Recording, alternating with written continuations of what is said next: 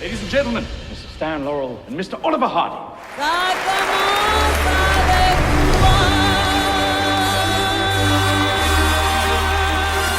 I'll miss us when we're gone. So will you.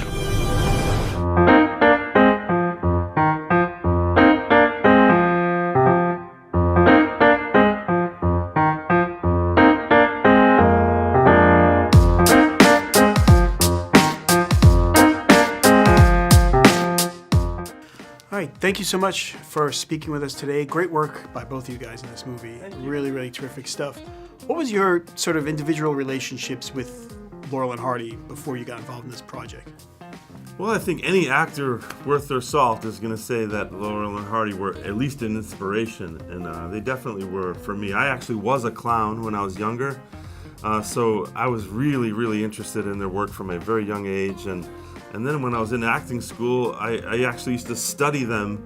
I mean, Stan Laurel taught me how to tie a bow tie by watching this gag where he tied a napkin into his bow tie over and over again until he gets it right. But yeah, of course, they were very influential, and it was a big responsibility taken on the part for that reason. I'll echo what John says, really. I mean, growing up in the UK, they would show their movies every day during the vacation period, and so you just became intimately familiar with them. And you know, they were my first exposure to comedy, and quite formative in that regard. You see things that you understood things. It was, I mean, John talked about this before, but like they were both easily accessible for a child who had no world experience. They could understand the sort of physical comedy, and then, but then when you're older, they don't seem childlike even when you're older, because they retain this. They have this sophistication that doesn't manifest itself until you become more aware as a more mature person. What did you learn about them that surprised you in the course of researching this and doing the film? Well, Oliver Hardy was a golf savant. That surprised me. And all the guys who used to gamble on golfing used to try to get him on their team, whether it was John Wayne or W.C. Fields. You know, all these Hollywood celebrities of the era would be out there golfing and betting on golfing, and Oliver was amazing at it. It also surprised me to know that they weren't especially close when they were working together socially.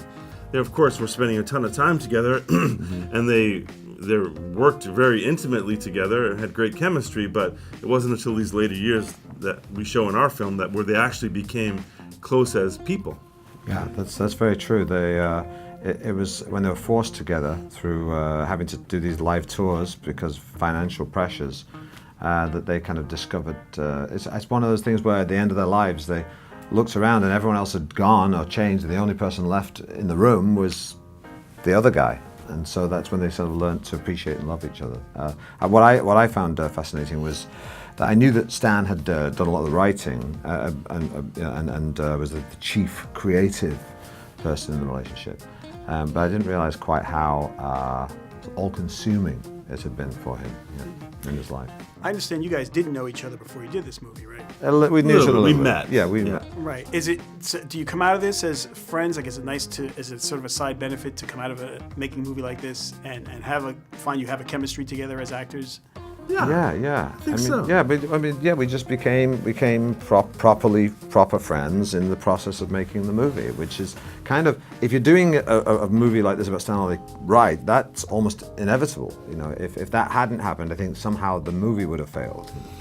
Yeah, that's one of the beautiful things about being an actor. Is you get into these very intimate friendships with people because you really depend on each other. I mean, this role, and more than many others that I've played, really required a certain vulnerability and a willingness to fail as we were rehearsing these comedy bits and dancing and singing. Like, you know, we had to open our hearts in front of each other. Yeah. And when you do that, you end up really liking each other. And actually, I thought Steve was sort of this posh English smartass. The smartass part was Correct, true, yeah. But he's actually from the north of England. He's from a working class background like me. I'm like, a chip on his shoulder. He's part Irish. I know. I'm almost like the equivalent of the Midwest in America, really. That's what I am in England, yeah. What do you think? What do you hope people take away from this? What do you think sort of their lasting legacy is? I mean, you've done a lot of these. You've both done kind of buddy movies, and I think you can see that the echo of what these guys did in the movies, those kind of movies today. But personally, I think the takeaway is that what's interesting, and I appreciate as we're making the movies. Laurel and Hardy made their movies during the Great Depression. It was a time when the rise of fascism in Europe, and yet somehow they blossomed because people wanted some balm on the sort of suffering globally and personally, the suffering that was going on. And I feel like that this movie, if there's any parallel with Laurel and Hardy, is that it is a movie about love, and we're seeing the rise of that kind of intolerance in the world and here in America. And it's nice to have a movie that just talks about simple love and friendship. Yeah, these guys are humanists in their work and in their lives. The way they interacted with their fans and each other, they really loved people. And I think the world is really craving just a simple message of cooperation and love right now. And I can't blame people. I feel the same way.